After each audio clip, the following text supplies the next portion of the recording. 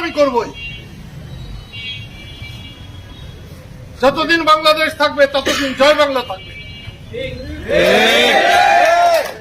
যতদিন বাংলাদেশ থাকবে ততদিন বাংলাদেশের পিতা বঙ্গবন্ধু শেখ মুজিব থাকবে।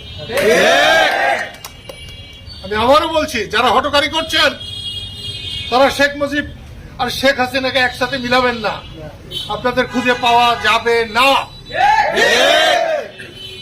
সেই জন্যে তোমাদেরকে আমি আবারও অনুরোধ করি, হ্যাঁ, সামনে কঠিন সংগ্রামের দিন আসছে, তোমাদের রাস্তায় নামতে হবে। আজকে যারা এসেছো আমি খুব খুশি হয়েছি দেখে,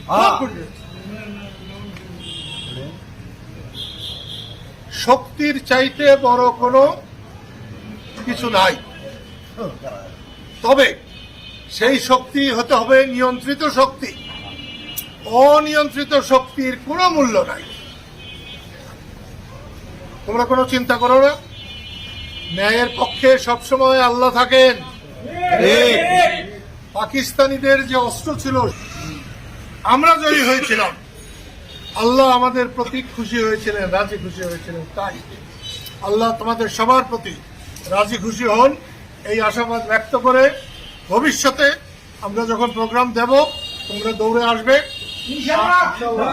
আমি আজকের এই অনুষ্ঠান, আজকের এই প্রোগ্রাম এখানেই শেষ করছি। পুলিশ সাহেবরা বাইরে খাড়িয়ে রয়েছে, ওনাদের লাঠি লুটির যাতে প্রয়োজন না হয়, আমি আজকে এখানেই শেষ করলাম। যেদিন আমরা রাস্তায় নামবো সেদিন লাঠি না, বন্দুকও কিছু করতে পারবো। আল্লাহ তোমাদেরকে